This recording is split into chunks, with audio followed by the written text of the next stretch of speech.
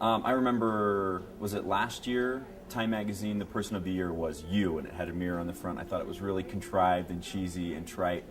But in learning more about Web 2.0 and how important it really is and how it is user-generated and it's collaboration and all of these things put together, it's somewhat prophetic of time to realize that this is where the internet is going. This is where the convergence of media is going. It's going on the internet, and it's going to be all of us that put it there and organize it and create new things with it. Before, it was the studios making decisions. It was the networks. It was the larger corporations. With the internet and its massive proliferation, there's freedom that we never had before, where we can choose what we want to tell, how we want to tell it, how many people we want to tell it, whether it's for just our family, whether it's for friends, whether it's just for us, or whether it's for something much bigger. We're looking at a lot of different platforms.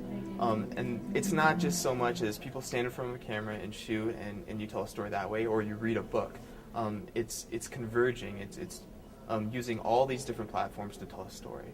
And so the sky is really the limit. People can choose what level they participate at in just kind of a basic entry level, or they can participate in a full-on capacity, be very involved in it. I've been hearing a lot about how there's this gap between the analog culture and the digital culture, and that employers are actually looking for a lot of people who can step in and use their talents digitally. When I first saw the flyer for the internet series, it said help us create an internet series, and the word create just popped off the paper, and I saw that, and it seemed fundamentally different than any other class that I've taken at BYU, that we'd actually be collaborating and creating something rather than studying for studying's sake. One of the great things about this class is that it's very hands-on. Not only are we learning a lot about the technology, but we're actually getting a chance to use the technology, practice it. This class has just really opened up my eyes as to what there is out there, potential for media, what there is to do. And that's a whole different kind of learning, so that we see the practical implications.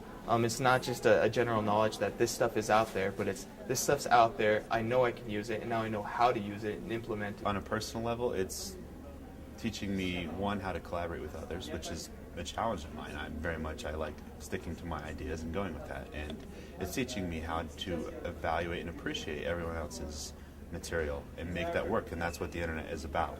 I thought the thing I'd be most excited about was actually creating something, but the thing that's become most beneficial and most fun for me is actually working with all the great minds that we have in our class, bouncing ideas off them. They're so creative, and creating something new with them as opposed to just creating something by myself that would be far less superior. I mean, it's really exciting to see so many different people from the class coming from different backgrounds and different specialties, and to have them directly implement that which they're passionate about and what they know the best about, and have it work perfectly in the story. You get instant feedback from the viewers on things like blogs, and so you kind of know when writing a show or something, you kind of know where the fans want it to go, so you can please them, or you could decide to do the opposite. I think the class has been a good experience because it's taught me that there is no one best way to tell a story. There's now such an open way to tell anything that you want to whoever you want, however you want. And so that means that we just need to learn how to be more creative ourselves. I find that the discussions we have in this class are really helping to expand our stories to new levels, levels that one single person just can't get to by themselves. I do think that the internet will change how we tell stories as Latter-day Saints, because we're prone, I think, to shy away from it, and as we learn that there is so much good that can be found on it, I think that will only create more and more of it. Our audience isn't just this little Provo bubble anymore. We actually have the whole world as our audience. People from anywhere can see the content that we're creating, and we can create something that people will be interested everywhere.